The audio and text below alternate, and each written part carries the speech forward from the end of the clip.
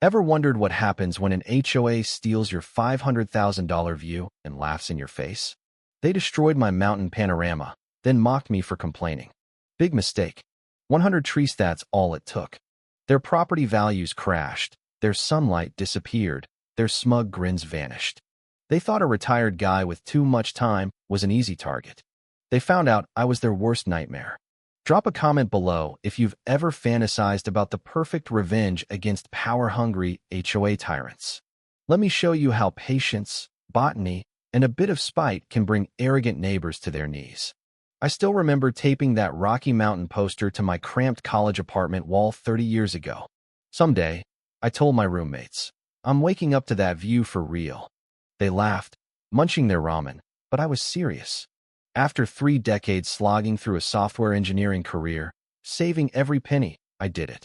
I bought 5 acres of pristine land on the outskirts of Colorado, with a stunning view of the Rockies. My dream, fulfilled. My name is Lucas Bennett, and at 55, I took early retirement to build my forever home. I spent 6 months with contractors designing a ranch-style house, perfectly placed to capture that mountain view from the bedroom, kitchen, and especially the wraparound porch, where I plan to enjoy morning coffee and evening bourbon. The marble countertops and walnut floors were great, but nothing beat those floor-to-ceiling windows framing the Rockies. I paid extra for anti-glare glass to enhance the landscape's colors. When it was finished, I sat on my porch that first evening, watching the sunset paint the mountains in shades of pink and gold, thinking all those years of stress were worth it. Everything was perfect for exactly 2 weeks. Then I noticed surveying stakes appearing on the adjacent property. I thought maybe another nature lover was building their dream home. But when heavy machinery rolled in, I learned the truth. The Ridgeview Estates Homeowners Association was constructing a 5-story condominium complex directly between my home and my $1 million mountain view. I drove to the HOA office, a pretentious little building with Ridgeview Estates in gold lettering. After a 30-minute wait, I met Sylvia Harper, a 62-year-old former real estate attorney with neatly styled silver hair and a smile that never reached her eyes. She wore a cream-colored suit, her jewelry glinting with every move. When I explained my concern about the condos blocking my view, she barely looked up from her papers. Mr. Bennett, I sympathize, but Ridgeview Estates has all the necessary permits. The board's been planning this expansion for years, she said, her manicured fingers straightening a perfect stack of documents. When I pressed about reducing the building's height, Sylvia's polite facade cracked. She let out a small, derisive laugh that I'd make her pay for. If you wanted guaranteed views, you should have bought in Ridgeview Estates. Our residents have protected view sheds in their contracts. It's too late now. That laugh, that dismissive tone, sparked something in me. This wasn't just about the view, it was about principle. On my way home, her laugh replayed in my mind.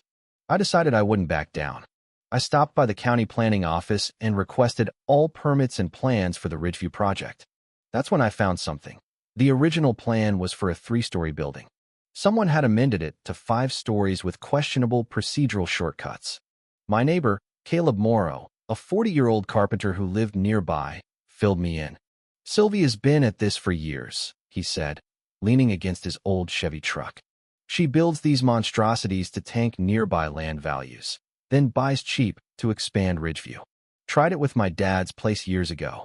Caleb's family had resisted, and he grinned. Looks like you've got some of that stubborn streak, too. I hired a real estate attorney, but the news wasn't good. Legally, the HOA had followed procedures, secured permits, and could build on their land. Views aren't protected unless written into deeds or contracts. And since my property wasn't in the HOA, I had no standing to challenge them. At a community meeting in the Ridgeview Clubhouse, a lavish space with marble floors and chandeliers, Sylvia humiliated me publicly. When I spoke about the project's impact, she interrupted. Areas like this need development, she announced. People like Mr. Bennett need to embrace progress or find somewhere more rustic. The word rustic dripped with scorn. HOA members chuckled, and my face burned with anger. That night, I couldn't sleep. Pacing my beautiful new home now, feeling like a costly error, I stood on my porch at 3 a.m., staring at the stakes marking my doomed view. A memory from a college property law class surfaced. tree rights, and sunlight easements. I recalled a case about trees blocking solar panels, sparking legal fights. I fired up my laptop and researched the fastest-growing, tallest trees for Colorado's climate. As dawn lit the mountains I'd soon lose, I had a plan. If I can't stop them from building high, I whispered, I'll make sure they can't see the sun. The next morning, I visited Sullivan Nursery on the edge of town, a 15-acre sprawl of trees and plants. The owner, Hannah Sullivan, a 45-year-old former agricultural scientist with soil-stained hands, had a straightforward style I liked. When I shared my situation, her eyes sparkled with mischief. I know Sylvia's game, she said, leading me through sapling rows. Her HOA made me tear out my vegetable garden, and Brookhaven said my trellises ruined visual unity. Hannah despised HOAs, especially Sylvia, and opened a thick binder of tree data.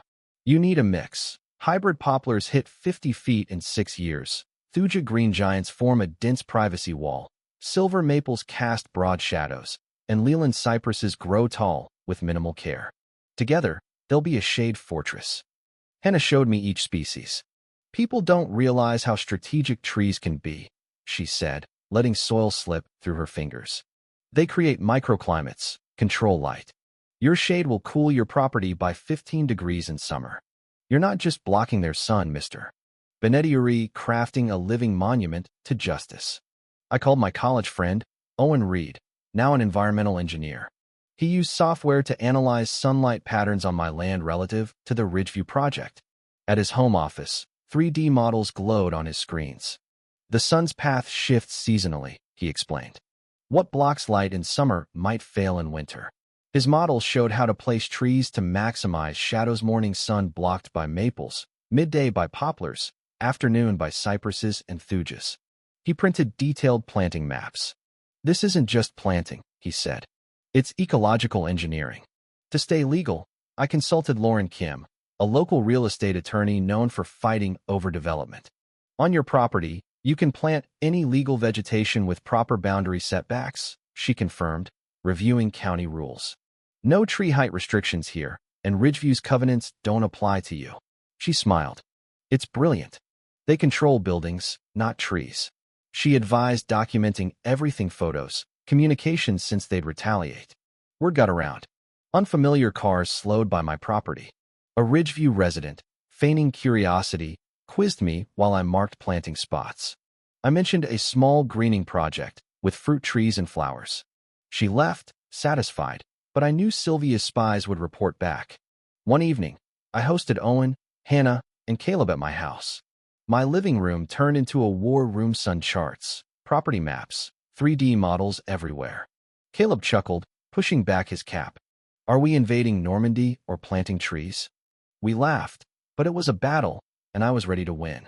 Owen's models identified spots for 100 trees, costing $50,000 for mature saplings, irrigation, and 2 years of Korea's steep price, but worth it to save my dream. Hannah suggested starting with small, decorative trees to hide the taller ones. People see flowers and think garden, not revenge, she said with a wink. She offered some trees at cost, her shot at Sylvia. My contribution to justice, she called it. I ordered 25 ornamental trees and shrubs that night, delivered in unmarked trucks at dawn to avoid attention. Smiling, I thought, a little greening project, huh? They won't see it coming. I began planting on a cool spring morning: dogwoods, redbuds, serviceberries. Caleb helped with his truck's excavator, speeding up the work. Planting at dawn and dusk to stay low-key. I finished the first phase in a month. A seemingly innocent border hiding the fortress to come. Spring rains helped the trees root. I installed a drip irrigation system for dry spells and checked each tree daily, logging their progress. The dogwoods bloomed, earning neighborly praise. Your garden's lovely, an older woman said, passing with her dog. If only she knew. Sylvia took notice, driving by in her luxury SUV, watching from tinted windows. By week 3, when I added Thuja green giants, a letter from Ridgeview Estates arrived, claiming my green barrier threatened community visual harmony and hinting at legal action. I laughed at the harmony from the woman building a view-killing tower. Lauren confirmed the HOA had no jurisdiction. I replied, Dear Mrs. Harper, My property isn't part of Ridgeview, so your guidelines don't apply. I'm planting legal vegetation. I cited the county ordinance on tree rights. Sylvia struck back. Caleb heard she'd lobbied Councilman Edward Vance, her Ridgeview ally, to propose a tree height ordinance. At the council meeting, packed with Ridgeview supporters, Vance pitched it as an aesthetic standard for town beauty. I brought historical aerial photos showing our area's wooded past and an ecologist's testimony on reforestation benefits. This ordinance isn't about aesthetics, I argued. It's about letting one HOA profit at others' expense. If trees are an issue now, why not for 50 years? I showed data on trees benefits higher property values, cleaner air, lower energy costs. Building inspector Sarah Flores backed me. Arbitrary tree height limits could hurt our ecosystem, she said. The council voted 5-2 against the ordinancia hit to Sylvia. I ramped up, planting 50 hybrid poplars and more thujas. The poplars grew inches weekly. The green wall formed. But Sylvia fought dirty. One evening, I found trees wilting, leaves yellow with a chemical smell. My cameras caught 2 Ridgeview workers spraying them at midnight. Rage surged, but I stayed cool. You want war? I whispered. I'll give you war. I filed a police report with Officer Ryan Holt, sharing the footage. Criminal mischief and trespassing, he said, identifying the workers, who claimed they were treating weeds but couldn't explain their 2 a.m. visit. A week later, Sylvia confronted me as I planted 8-foot silver maples. Her Mercedes idled at my property line. You're making a mistake, Bennett, she said, her voice sweet but venomous. You don't know who I'm connected to. I walked to her window. I don't care about your connections, Harper. These trees will be 50 feet tall in 6 years. How much sun will Ridgeview get? I pointed to the saplings. Every time you push, I plant 10 more. Keep it up, and this'll be a forest. Her face tightened as she sped off. I'd struck a chord. Ridgeview's construction continued, but Sylvia grew anxious, often at the sight, eyeing my trees. The poplars hit 10 feet in 3 months. The thujas thickened. Caleb was amazed. Hannah knows her trees. These are growing crazy fast. Premium soil, fertilizer, and irrigation worked wonders. The condo's frame rose, confirming it would block my view, but my green barrier climbed faster. The race was on. Would my trees beat their building? Sylvia tried new angles. Ridgeview residents claimed my trees bred invasive insects. The county inspector found none, questioned my water use, my efficient irrigation past, and called my trees a fire hazard. The fire marshal said green trees were safer than Ridgeview's dry grasses. Each attack took effort to refute, but I had records ready. The biggest escalation came at a Ridgeview emergency meeting, attended by Mia Chun, a 33-year-old reporter covering council meetings. Mia's article revealed Sylvia labeled me a community threat and discussed ways to force me out. The contractor, Greg Walsh, feared my trees would cut property values by 30% due to lost sunlight. Some HOA members questioned the 5-story switch, which Sylvia dodged. Mia's piece, The Green Clash, Nature versus Concrete, included old satellite images and projections of my tree wall, portraying me as a retiree defending his dream. It sparked support. Neighbors offered to care for my trees, a garden club requested tours, and students studied the growth for a project. Sylvia sped up construction, cutting the 18-month timeline to 12. If we can't stop Bennett's forest, we'll finish before his trees matter, she told her board. The site ran past legal hours, flooding my nights with noise and lights aimed at my windows. I nearly called the cops, but logged violations instead. Times, decibels, photos, blackout curtains, and a white noise app helped. My diligence paid off when workers, rushing, damaged my irrigation system. Cameras caught Ridgeview staff cutting lines at night. Mia's front-page story, Ridgeview Estates, Sabotage on Camera, showed the footage, questioning Sylvia's ethics. It led Jane Ortiz, the city's 58-year-old environmental commissioner, to hold a public forum on sustainable development. At the town hall forum, Jane presented balanced development models. I spoke on property rights and ecology, showing photos of my reforested land. Sylvia touted Ridgeview's value, but faltered under questions about the height change and sabotage. When asked why 5 stories replaced 3, she snapped, "You think trees can stop progress? I'll build 10 stories." Her outburst shocked the crowd. Jane announced a permit review, and residents rallied behind me. My trees grew faster than Hannah predicted, shading Ridgeview's lower floors. Mia uncovered dirt from Sylvia's ex-husband, Walter Klein, a 65-year-old former city official. Walter revealed Sylvia's scheme: tank property values, buy cheap, sell high to the HOA. He shared records of 7 such deals. Mia also found Elena Ruiz, a former Ridgeview homeowner harassed into selling cheap after fake violations. Jane's permit review found the 5-story amendment rushed, with forged signatures and no shadow study criminal fraud. The DA investigated. Sylvia hit me with frivolous lawsuits, encroachment, runoff, slander, plus a mortgage audit and rumors I was an eco-extremist. Ethan Cole, a 44-year-old environmental lawyer, took my case pro bono. "These are slap suits to exhaust you," he said, filing dismissals and a harassment counterclaim. Ridgeview's rushed construction led to code violations: faulty concrete, weak beams, bad wiring logged by Sarah Flores, slowing progress. At a hearing for Sylvia's lawsuit claiming my tree's leaves and pollen damaged Ridgeview, Judge Catherine Lyle saw through it. "Mr. Bennett, do you control the wind?" she asked. I said no. "Are your trees illegal?" "No." She asked Sylvia's lawyer. "Does Ridgeview control what neighbors plant legally?" The case crumbled when Edward Vance, facing legal trouble, testified Sylvia paid him $10,000 to push the height change and tree ordinance. He showed texts and bank records. Judge Lal dismissed the suit and referred Sylvia for bribery and fraud charges. Outside, Sylvia cornered me. "This changes nothing, Bennett," she hissed. "The building's almost done. You've lost." I pointed to my trees, visible downtown.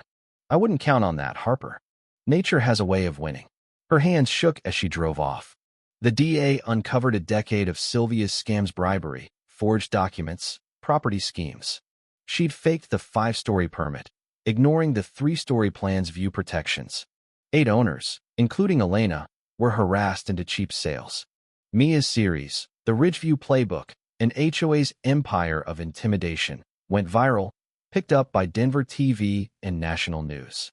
My trees became a symbol of resistance. Construction stalled as Sarah issued violations. A stop work order capped the building at 3 stories due to structural flaws in the original plan. The top floors needed costly fixes or demolition. With Sylvia charged with fraud, bribery, and mischief, the HOA, led by interim president Margaret Holt, a retired teacher, offered a deal.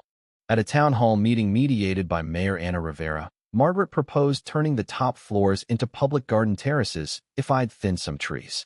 "Units are unsellable in constant shade," she said. "We regret Sylvia's actions." Mayor Rivera suggested it could model green urban design.